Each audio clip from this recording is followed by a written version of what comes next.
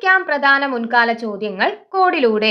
ബംഗാളിന്റെ ദുഃഖം എന്നറിയപ്പെടുന്ന നദി ചോദിച്ചാൽ അത് ദാമോദർ ആണ്. ബംഗാളിന്റെ ദുഃഖം എന്നറിയപ്പെടുന്നത് ദാമോദർ ആണ്. അപ്പൊ നമുക്ക് ബംഗാളിന്റെ ദുഃഖം എന്ന് പറയുമ്പോൾ ബംഗാളി കണക്ട് ചെയ്ത് പോവാം. ബംഗാളിയുടെ ദുഃഖം എന്താണ്? ബംഗാളിക്ക് ഭയങ്കര ദാഹമാണ് എന്നോർക്കാം. ദാഹം.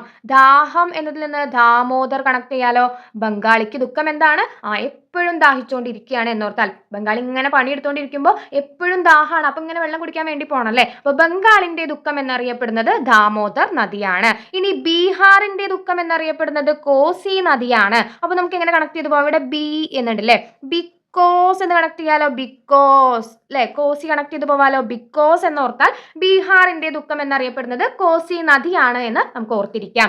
ഒഡീഷയുടെ ദുഃഖം എന്നറിയപ്പെടുന്ന നദി മഹാനദിയാണ്. ഒഡീഷയുടെ ദുഃഖം എന്ന് പറയുമ്പോൾ നമുക്ക് ഇവിടെ ഓഡീഷൻ എന്ന് കണക്ട് ചെയ്യാം. ഒഡീഷ എന്ന് പറയുമ്പോൾ ഓഡീഷന് പോയിട്ട് എന്താണ്? മഹാനടിയാവാൻ പറ്റിയില്ല എന്നോർക്കാം. മഹാനടി. മഹാനടി എന്നതിൽ നിന്ന് മഹാനദി കണക്ട് ചെയ്യാലോ.